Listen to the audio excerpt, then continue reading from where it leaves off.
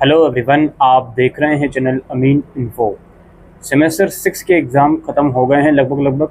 कुछ BA programme के अगर आपका 4th सेमेस्टर में ईआर था तो कुछ उसके 1-2 पेपर रहते हैं, बाकी वो भी कुछ दिन में ख़त्म हो जाएंगे। अब बच्चों की सवाल आना शुरू हो गया है कि सर हमारा रिज़ल्ट कब आएगा। देखिए, सबसे पहले तो कुछ 2-3 बातें रखना चाहता हूँ आप लोगों के सामने। अगले 2-2.5 महीनों में आप लोगों को रिज़ल्ट की सैकड़ों वीडियोस मिलेंगी और हर एक वीडियो में एक पर्टिकुलर डेट आपको दी जाएगी रिज़ल्ट की, और जो डेट दी जाएगी उस पर्टिकुलर डेट से 10 दिन पहले एक और वीडियो बना दी जाएगी और उस वीडियो में एक नई डेट और 10 दिन आगे की दे दी जाएगी। तो ये खेल अगले 2-2.5 महीने तक चलता रहेगा और 15 से 20 वीडियोस बन जाएंगी जब तक रिज़ल्ट नहीं आता। और जब फाइनली रिज़ल्ट आ जाएगा उससे पहले उन लोगों ने एक और वीडियो बनाकर रखी होगी तो कहेंगे देखो जी, हमने कहा था कि रिज़ल्ट आने वाला है और आ गया। और जो पहले 15-20 वीडियो जो गलत साबित हुई उसका कोई भी उनकी जवाबदेही नहीं होगी। तो आप लोगों से रिक्वेस्ट है कि रिज़ल्ट जब आएगा ऑफिशियली तो उसके ऊपर आप लोगों को वीडियो मिलेगी। फिलहाल चूँकि मुझे मालूम है अगले 2-2.5 महीने में बार बार सवाल आएंगे, इसलिए मजबूरन इस वीडियो को बनाना पड़ सकता है या बनाना पड़ता है। तो अब हम रिज़ल्ट कब आएगा इस टॉपिक के ऊपर आ जाते हैं। उसके लिए हमें पिछले कुछ सालों का ट्रेंड देखना होगा। 2022 की बात करते हैं दोस्तों। 2022 में जो आप लोगों की रिज़ल्ट्स आए थे सेमेस्टर 6 के, इसमें कॉमर्स डिपार्टमेंट का रिज़ल्ट अगस्त के 3rd वीक में आ गया था, या कहूँ 4th वीक शुरू होते ही आ गया था। बीए प्रोग्राम का रिज़ल्ट सितंबर के 4th वीक शुरू होते ही आ गया था, और जो बीए ऑनर्स के कोर्सेज हैं इनका रिज़ल्ट अक्टूबर के 1st वीक ख़त्म होने तक आ गया था। जहाँ तक 2023 की बात है दोस्तों, तो बीए प्रोग्राम का जो रिज़ल्ट है वो 14 अगस्त को आ गया था और बाकी सारे कोर्सेज़ का जो रिज़ल्ट है वो 4 अगस्त को आ गया था। अब हम आ गए हैं 2024 में। 2024 में एक चीज़ थोड़ा अलग हुई है, हालांकि उतना ज़्यादा कोई मेजर डिफरेंस नहीं, लेकिन एग्ज़ाम्स थोड़ा सा शिफ्ट हुए हैं। जो एग्ज़ाम पहले मई के 2nd वीक से शुरू होते थे वो मई के 3rd या इवन कुछ कोर्सेज़ के 4th वीक से शुरू हुए हैं, या इवन कुछ कोर्सेज़ के एग्ज़ाम तो जून में ही हुए हैं। तो इसलिए इन एग्ज़ाम्स के रिज़ल्ट में थोड़ा सा शिफ्ट आपको ज़रूर से देखने को मिलेगा जी। अब देखिए, अगर एग्ज़ामिनेशन ब्रांच बहुत अच्छे से काम करता है तो आप लोगों का जो रिज़ल्ट है वो मेरे हिसाब से मिड अगस्त के बाद से आ जाना शुरू हो जाना चाहिए।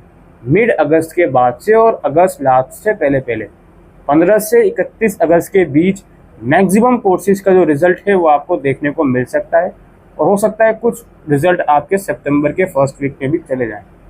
ये हमारा अनुमान है, ठीक है, कोई अपडेट नहीं है हमारे पास। अनऑफिशियल तरीके से हम आपको बता रहे हैं प्रीवियस ईयर एक्सपीरियंस के बेसिस पर, जो पिछले 5 से 6 सालों का हमारे पास एक्सपीरियंस है। तो अभी ये वीडियो मैं रिकॉर्ड कर रहा हूँ 19 जून को, तो मेरे हिसाब से 2 महीने तक का आपको इंतज़ार करना ही पड़ेगा। इससे पहले अगर रिज़ल्ट आ जाता तो अच्छी बात है। लेकिन दोस्तों एक बात और मैं आपको बताता चलूँ, इस बार जुलाई के मंथ में भी एग्ज़ाम्स हैं, एग्ज़ामिनेशन एक्टिविटीज़ होंगी जुलाई के मंथ में भी, ठीक है। चाहे वो आपका ना हो, चाहे वो एनईपी के एसओएल के स्टूडेंट हो, चाहे वो स्पेशल चांस वाले स्टूडेंट हो, तो एग्ज़ामिनेशन एक्टिविटीज़ होने का मतलब ये भी होता है कि जो टीचर इंचार्ज होते हैं, जो टीचर्स फैकल्टी होती हैं, उन्हें एग्ज़ामिनेशन एक्टिविटीज़ की ड्यूटीज़ परफॉर्म करनी होंगी। ये बात मैं आपको क्यों बता रहा हूँ, क्योंकि देखो, जून में जब एग्ज़ाम्स ख़त्म होते हैं यूनिवर्सिटी के, उसके बाद 1-1.5 महीने का गैप होता है, ब्रेक होता है, उसमें क्लासेस वगैरह नहीं लगती। तो इसलिए टीचर्स सारे पेपर चेक करने में बिज़ी हो जाते हैं। लेकिन इस बार थोड़ा सा मामला गड़बड़ा सकता है जी, कि जुलाई में जो एग्ज़ामिनेशन एक्टिविटीज़ होंगी उसमें अगर टीचर्स को बिज़ी होना पड़ेगा तो उसका इम्पैक्ट क्या आएगा एग्ज़ामिनेशन पेपर चेकिंग पर, ये भी आपको दिमाग में बैठाते हुए चलना पड़ेगा। हालांकि आइडियल सिचुएशन में आपको बता चुका हूँ, मिड अगस्त के बाद हमें लगता है रिज़ल्ट आ जाना चाहिए। हद से हद अगर इम्पैक्ट पड़ेगा पेपर चेकिंग के ऊपर एग्ज़ामिनेशंस का, तो हो सकता है 10 से 15 दिन और ये कहानी लेट हो जाए। अब 10 से 15 दिन आप कैलकुलेट कर सकते हो कि अगर मैंने मिड अगस्त से लेकर अगस्त के एंड तक का टाइम दिया है तो शायद 10 से 15 दिन का मतलब है मिड सितंबर तक। That's it. मिड सितंबर से पहले जो रिजल्ट्स हैं वो आपको देखने को मिल जाएंगे। अब यार हम इसमें कुछ नहीं कर सकते कि इधर सीजीएल की कट ऑफ डेट ये है, क्या मैं पीजी के लिए अप्लाई कर सकता हूँ, इग्नू की डेट निकल जाएगी, ये हो जाएगा वो हो जाएगा, इस पर हम कुछ नहीं कर सकते। लेकिन जो दिल्ली यूनिवर्सिटी के पीजी एडमिशन है चाहे वो रेगुलर के हों, NCVEP के हों या SOL के हों, उसमें आप लोग अप्लाई कर सकते हो। और अगर आप दिल्ली यूनिवर्सिटी के ही स्टूडेंट हो, SOL, NCVEP या रेगुलर के, आपका रिजल्ट अगर लेट हो रहा है तो ये आपके एडमिशन प्रोसेस पर इसका कोई भी इम्पैक्ट नहीं पड़ेगा, क्योंकि यूनिवर्सिटी को भी ये बात बहुत अच्छे से मालूम है कि भाई हम अगर बच्चों को एडमिशन दे रहे हैं, उनकी मार्कशीट अगर नहीं आएगी तो कैसे एडमिशन देंगे अपने खुद के यूनिवर्सिटी के बच्चों को। तो इसलिए अगर यूनिवर्सिटी के PG एडमिशन के लिए आप इंटरेस्टेड हो, उसमें इस रिज़ल्ट के लेट आने का कोई फ़र्क नहीं पड़ेगा।